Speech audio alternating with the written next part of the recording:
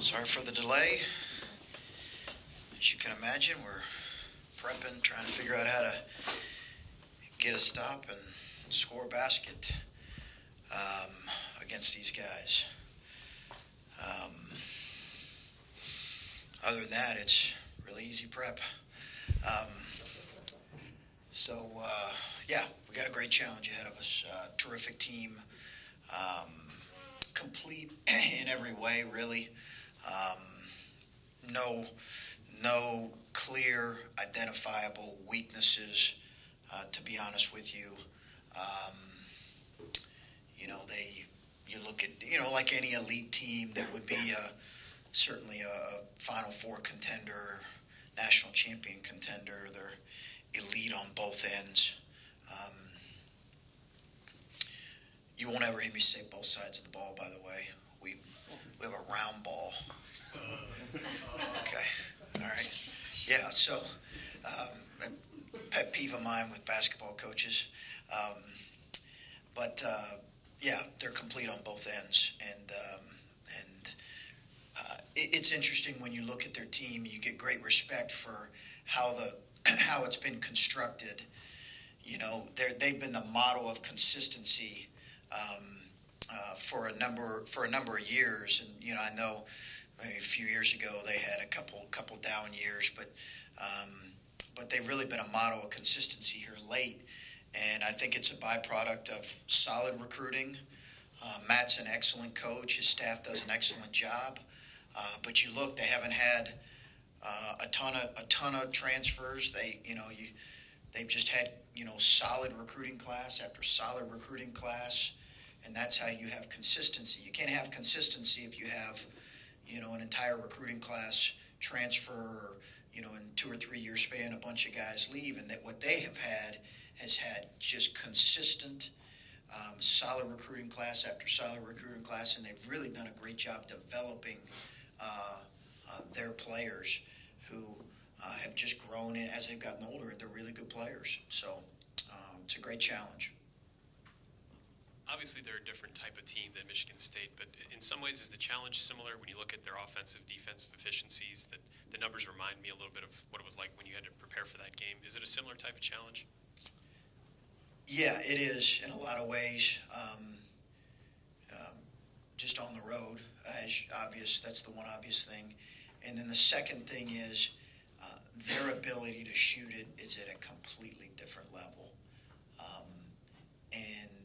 And I think that's what really gives them a chance, I think, to have a great run. I don't ever want to say, national. They have a chance to make a great run in the tournament because of their efficiency from behind the arc. It is a joke.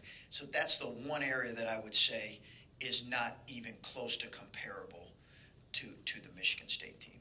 You mentioned obviously being on the road. You guys haven't really faced like a true Big Ten road environment this season. How much of an impact could that possibly have on this game? Yeah, it's a good question because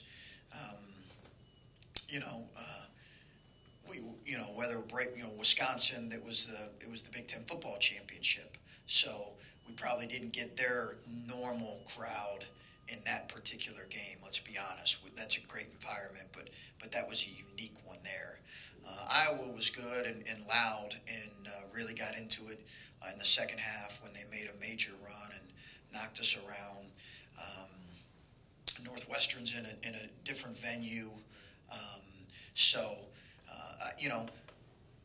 We have the most challenging stretch here of games that I faced in conference play as a head coach. I don't think there's any comparison with the number of road games and the number of really challenging road environments that we're going to face with teams that are all in the upper half of the league, as well as obviously 2 home games against teams that are going to be hungry to get us. So I think our guys have understood that this is clearly the most challenging stretch of our season. It's not even close. There's no comparison. Coach, when you look at their roster up and down, obviously, like you said, they don't have a lot of weaknesses. Is there one guy, whether it be Vincent Edwards, Isaac Haas, that you try to maybe take out of the game to give you guys more of a chance on the defensive or offensive end?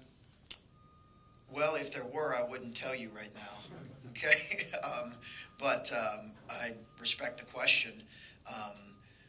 But they don't have a whole lot of guys that you can key off of and say, hey, this guy, you don't have to guard, or we're going to take our chances with this guy behind the line, or, this guy, they've got multiple players that command a double team. Obviously, Haas being the guy that clearly his efficiency is incredible, and their efficiency when he's in the lineup is incredible. So they do a great job of putting him in places where it's hard to trap or double team or dig or crowd or whatever, and they are really committed to playing that way. And again, that's a credit to Matt and his staff and the players that they're committed to playing this way.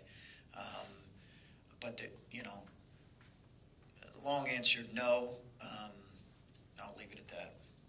With Andre, how have you seen him respond in practice, assuming that Cam doesn't play? How have you seen him respond in practice to his new role?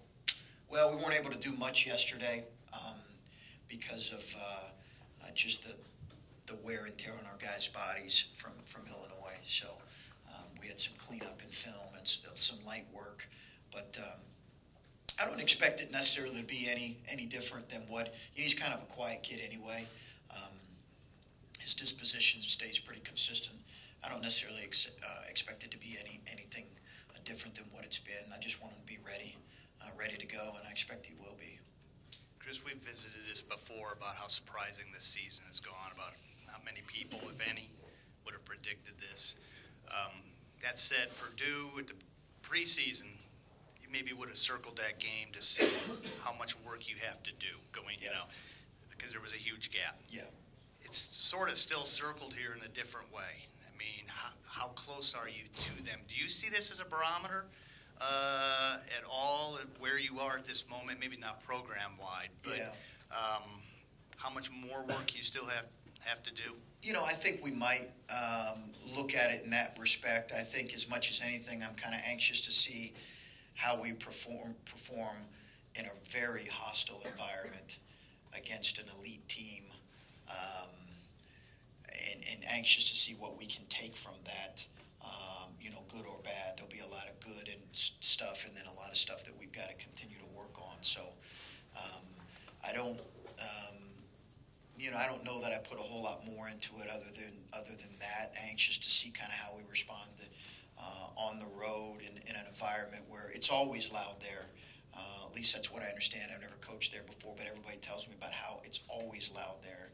And I'm anxious to see how we respond against a team that clearly is going to be really ready to play well. And you're right. I think everyone who followed the league closely expected them to be, really good. I think they were picked second. I think everybody felt like that. I think they have just also kind of taken it to an elite level here pretty quickly. Going back to Adam's question about Michigan State, when you think back on the preparation for that game, does anything stand out to you? No, I think our guys were aggressive and ready to play and in attack mode. They're very different teams and very different teams to prepare for.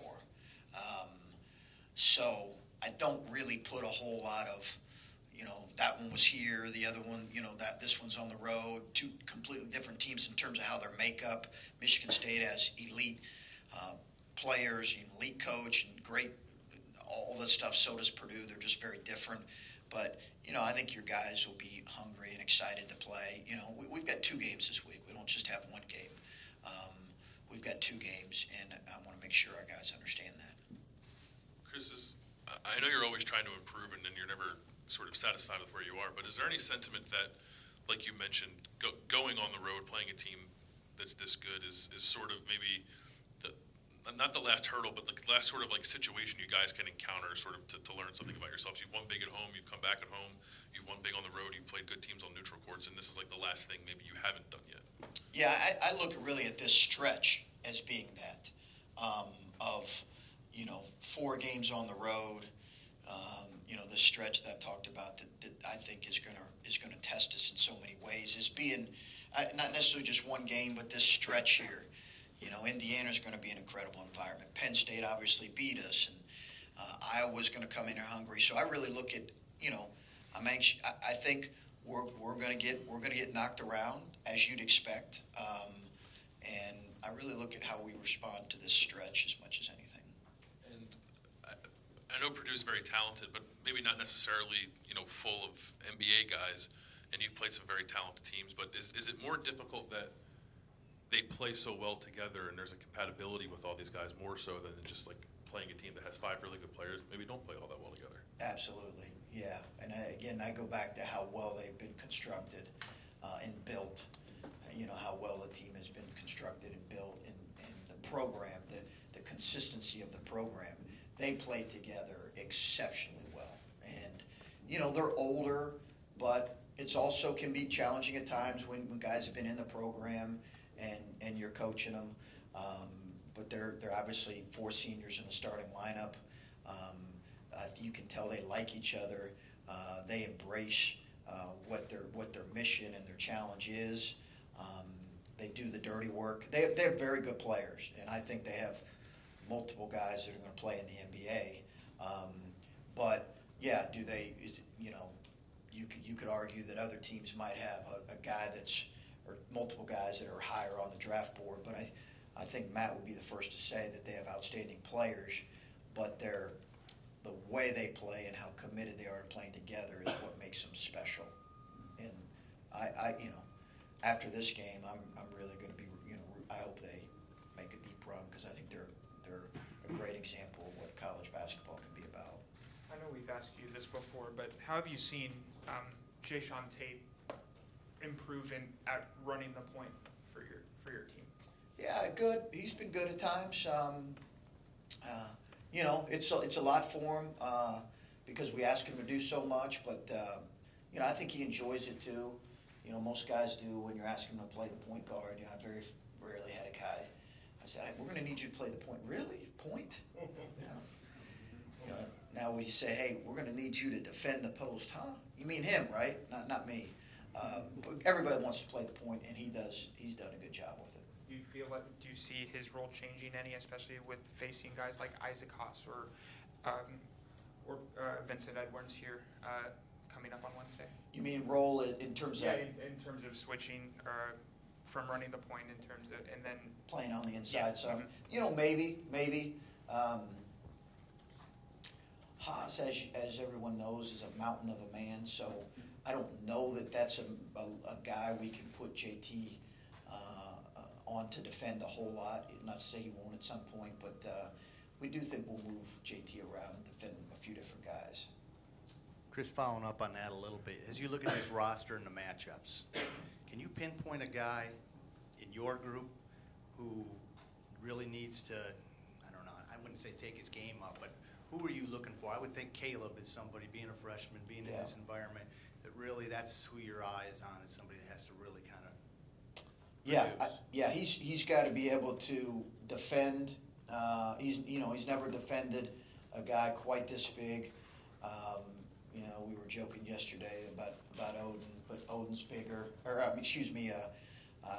Haas is really is a little bit bigger, and both in size and in strength. So I think that's going to be, that you look at it. It's amazing when you watch them on tape because, and obviously I've coached against Haas before, but you watch him on tape, and you'll see a guy guarding Haas, and you look on film and you can't see him for one. You can't see the guy, and then when you see him, you'll think, oh, that's I did this with Michigan. That's the power forward. Well, no. That's their 5-man. He just looks like the power forward next to Haas. He's that enormous of a man. So Caleb is a guy.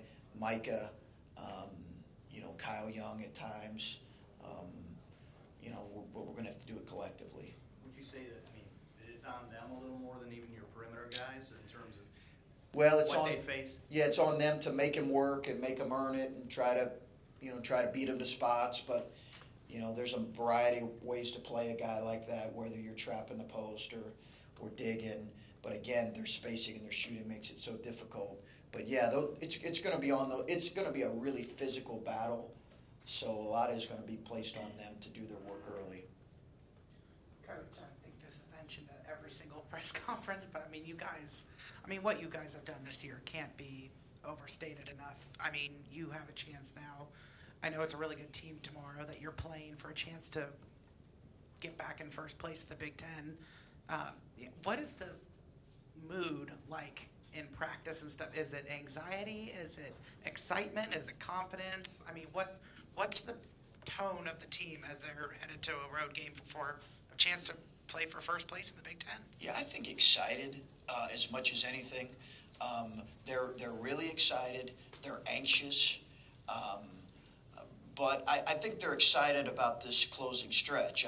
I know there's a lot, in this game and a lot to think about this game, but we recognize that we have another game on Saturday and we have a really challenging closing stretch ahead of us. So I don't think they're looking at this game as being the be-all, end-all. I think they're excited to play it. We've always talked about playing meaningful games in February, how much fun that is for college basketball players. We really want to play meaningful games in February. That's where the fun stuff happens, and we've got a bunch in front of us. Okay, last two, Bill. Clay. Chris, you guys have had some decent success playing small this year, and with Kate at the 5. And I think maybe some teams have been able to get Haas in particular, and maybe some foul trouble pulling him out to the perimeter on defense. But what's the balance, knowing you have sort of that in your pocket, maybe you want to go to it, but also making sure that you have to have Caleb involved, and maybe he's not the guy that is the right matchup to do those kind of things to us. Yeah, there's going to have to be a balance there. That is how we played, and needed to play and felt like it gave our team the best chance of winning a lot of times, going that route. And, I'm sure we'll continue to play that way. Obviously, we'll have to look at matchups, and we have looked at matchups to determine, what kind of advantage we would have in that situation versus the kind of advantage they would have in that situation. So, are we going to play small a little less than what we have? I'm not ready to say that. It's probably going to be a little bit of a game-to-game, a little bit of a game adjustment. But I expect Caleb and Micah, as well as Kyle potentially, and Kate to all kind of be rotating in some of those big spots. Okay, last one, Clay. Anything definitive on Cam? Just what I was asked last night at the radio show about Cam, and he's got class he needs to attend to tomorrow. So he'll be here in Columbus, finishing up or work. He's got a project and going to class, and then we'll reevaluate things on Wednesday.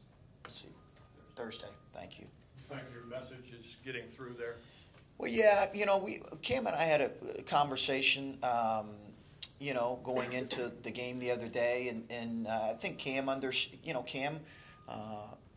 accepts responsibility, and I think is ready to move forward, and we'll be excited I know his teammates will too, to have him back playing, hopefully in short order. Okay, thanks, Coach. Okay, thanks.